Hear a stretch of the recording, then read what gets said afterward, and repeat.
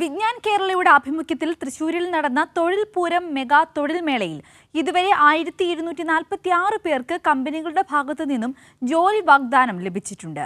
613 തൊഴിൽ അന്വേഷകർക്ക് ഓൺലൈൻ അഭിമുഖങ്ങളിലൂടെയും 633 പേർക്ക് കഴിഞ്ഞ ദിവസം നടന്ന തൊഴിൽ മേളയിലൂടെയുമാണ് ജോലി ലഭിച്ചത്. ശനിയാഴ്ച Thrissur engineering college, Vimala college എന്നിവിടങ്ങളിലായി നടന്ന തൊഴിൽ പൂരം മെഗാ തൊഴിൽ മേളയിൽ 4330 തൊഴിലന്വേഷകരാണ് പങ്കെടുത്തത്.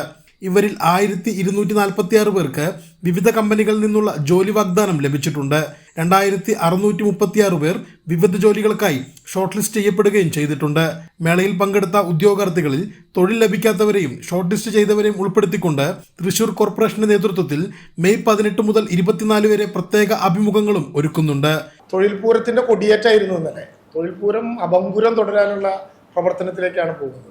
മെയ് മാസത്തിന്റെ തുടക്കത്തിൽ തദ്ദേശ പ്രവർത്തനങ്ങളെ കേന്ദ്രീകരിച്ചുകൊണ്ട് അവിടെ നടക്കുന്ന തൊഴിൽ മേളകൾ തൊഴിൽ പൂരത്തിന്റെ ഭാഗമായി സംഘടിപ്പിക്കുന്നുണ്ട്.